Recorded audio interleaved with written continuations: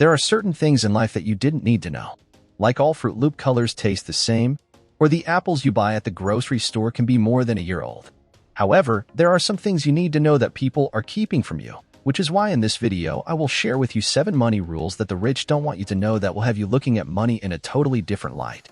Rule number 1. The rule of utility. When you think of having money, what comes to mind? Do you think about buying a new car, putting food on the table, or buying a new outfit to wear to the club this weekend? If any of these items come to mind, then that's good, because it shows that you understand what money truly is, which is a tool we can use to acquire the things we want or need. Unfortunately, though, the real utility that money provides is not often completely understood, and this is where many people go wrong. If right now you're making a rather low income, chances are that you think that making more money will resolve most of your issues. However, while money can solve money issues, it can also propagate a host of others. For instance, now you're making double what you used to, yet you're working twice as much, which your partner isn't in love with, and as such you're now facing relationship issues.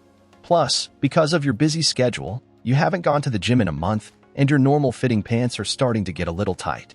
Now, this isn't to say that you shouldn't strive to make more money. As long as you're resolving more issues than you're creating, you should be slowly improving your overall quality of life.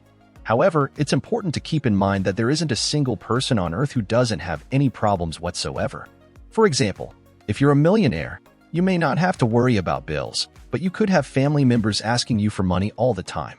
Alternatively, you may struggle with the worry that one day you could lose all the wealth you've worked so hard to amass. Therefore, while you can strive to make as much money as possible, never let it fool you into thinking that with more money will come a problem-free life. Rule number 2. The rule of time. Ask any rich person and they'll tell you that time is by far and away the most valuable resource we have. Sadly, most people fail to appreciate how time factors into building wealth, and it's for this reason that most people will live their entire lives in a state of financial mediocrity. However, those who do master time tend to master money, and they do this by understanding the 2 core ideas I want to share with you now. First, it's nearly impossible to trade time for money. That is when it's just your time that you're trading. You and I only have so many hours in the day, and unless you're making an ungodly amount of money per hour, generating a 6-figure income on your own can be tough. That is assuming you're striving to make good money and get rich before you're in adult diapers. The other problem with time is that as we age, we tend to have less of it to commit to making money. For instance, when I was young and single, I could work 14 hours a day no problem. However, when you start having homeowner and relationship responsibilities or add kids into the mix, time isn't a resource you can maximize in order to get rich. This is why the richest people among us look beyond their own 24 hours when trying to build wealth. If you look at the richest people on the Forbes list, they're all business owners who have leveraged other people's time, capital, and expertise. This isn't a coincidence. Now, does this mean you've got the concept of time all wrong? Not at all. This is all to say that becoming rich requires you to appreciate how your time factors into your wealth-building journey. For instance, it takes time to build career experience that will allow you to climb the corporate ladder. It takes time to learn how to start up your first business and scale it to the revenue figures you want, and it definitely takes time to leverage the power of the stock market and compound interest to become rich. Just ask Warren Buffett. Once you wrap your head around how to capitalize on time, both your own and others, building wealth becomes 10 times easier. Rule number 3. The rule of protection. Have you ever asked yourself why you work?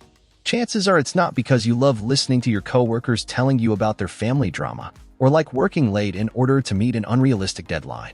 For most people, the answer is simple. You work to pay your bills and eventually retire. Sadly, while most people have the skill of accumulation, in that they work for years to generate the income they need to meet these goals, they lack the skill of protection and extend their path to financial freedom more than they have to. So what does the skill of protection entail? It's fending off foes that want to take your money, and we face them every single day. It's the vacation your wife's been begging you to go on that will set you back 3 years of savings. It's the oversized home that your parents expect you to buy to uphold the family name. It's the $60,000 car that you hope will add some excitement back into your life. Each one of these are financial foes, separating you from your main goal of financial freedom. You see, anyone can go out and make money. What separates those who get and stay rich and those who struggle financially is how they manage the resources they have. This is important to internalize because just like you can't out-exercise a bad diet, you can't out-earn a spending problem. So the more protective you are of your money, the better. Rule number 4. The rule of minimal savings. For the entirety of your life, you've been told to save your money. Your parents told you to save for a rainy day. The news tells you to stash your cash, and of course banks are more than happy to take your money. However, should you actually be saving your money? Not always. You see, saving money isn't the path to wealth and prosperity that people make it out to be. In fact, when you save your money, the only person you're making rich is the bank. You may not know this, but banks generate a large amount of their income using your money. They take your deposits and lend it out to others at lucrative interest rates, while paying you a pittance in the process. Now, does this mean you should avoid saving money altogether? Of course not. It just means that you need to be more strategic in how much money you stash in the bank. For instance, I only put enough money in the bank to cover emergency expenses and my day-to-day bills. Being on the more conservative side, I like having a year's worth of expenses in the bank. But a good goal for anyone just starting out is to have anywhere from 3 to 6 months set aside. Then with the rest of my money, I use it to acquire real estate, index funds, and the like. This allows me to generate much greater returns than the bank would ever give me, and it's for this reason that you want to minimize how much you save, while in turn maximizing how much you invest. Rule number 5. The rule of expectation. If you're like most people, then you've probably told yourself that once you hit a certain salary or net worth figure, you'll be happy. I know that I've told myself this thousands of times, yet what I've come to realize over time, and you may have too, is that getting to our stated goal never fully satisfies us. It simply causes us to push the goalpost further. For me personally, I told myself that once I made $80,000 a year at my job, I would be happy. However, once I got there, I decided that making $100,000 would be better than $120,000 and so on and so forth. So, is this to say that you shouldn't set financial goals for yourself? Not at all. However, pushing off being happy into the future is a big mistake, and sadly most of us continue to make this mistake day after day. Now, why is this important to realize? Because even though hearing me say this is probably resonating with you, most of us don't really internalize this thought, and instead, we keep pushing the goalpost further, and what I've come to learn over time is that when our current state and expected state don't align, this is when frustration and discontent arise. For instance, let's say that last year you got a brand new job making $75,000 a year. This is the income you knew you deserved, so once those paychecks came rolling in, you were more than content. However, after a year of great performance and the acquisition of more experience, you are still making $75,000, but believe you should be making $80,000. All of a sudden your expectation is that you should be making $5,000 more, yet you are, and this is when resentment starts to set in. This $5,000 discrepancy is what's known as your expectation gap, and as long as it exists, you'll never be happy. For instance, there are people making $150,000 a year who are unhappy because they think they should be making $200,000. On the contrary, there are people making $50,000 a year who are elated because they never expected to make more than $40,000 a year. Therefore, to be financially content, you need to close your expectation gap. You can do this by striving for more or simply desiring less. Whichever you choose is up to you, but chances are you won't be happy until you do. Rule number 6. The rule of privacy. If you ask most people why they want to get rich, most will tell you all the things they would buy if they had more money. However, is that really what being rich is all about? In the book The Psychology of Money, author Morgan Housel states that wealth is what you don't see, and he's totally right in saying this. Own modest homes and are not flashy in any way. However, if you saw their bank accounts, your eyes would probably roll back in your head. However, if we dive a bit deeper into what this saying really means, it actually leaves us clues as to how we should go about building wealth.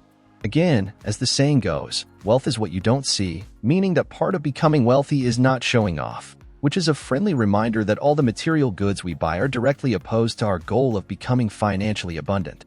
Now logically, we can all get behind the idea that the more you buy, the less money you have, but putting financial conservatism into practice is easier said than done. There's always that new car or vacation pulling at us, and while life isn't all about saving and investing, the more of it you can do, the quicker you'll be rich. Therefore, if you're presently working to get rich for all the things you can buy, you may want to change course. Don't attach your financial success to material goods, but the feeling of power and freedom it can provide. I say this because the more you need, the harder it is to grow richer, but the less you need, while the opposite is true. Rule number 7. The rule of obligation. Do you know the best part about being a kid? No, it's not going out for recess or having your mom pick out your clothes. The best part about being a kid is having no responsibilities and not a care in the world. Sadly, we can't remain in this state of complete bliss forever and have to eventually take on some responsibilities. For instance, we take on responsibilities at our jobs, within our families, and more specifically in the assets and liabilities we acquire. Now, when it comes to the things we buy, they do provide us more utility. For instance, buying a house gives us a place to raise our family and hopefully an asset that we will appreciate over time. However, it takes as much as it gives. For example, it prompts monthly mortgage payments, concerns over home repairs, and keeps us rooted in one city or town. The crazy part is that this is an example of productive debt. When we look at other forms of debt like credit card debt, the upside is basically zero. At best, you gain a bit of convenience, but become plagued by ongoing interest charges and repayments, with each stealing a bit more of your financial flexibility. Well, the rich understand that being wealthy isn't about how many things you own, but how little things own you.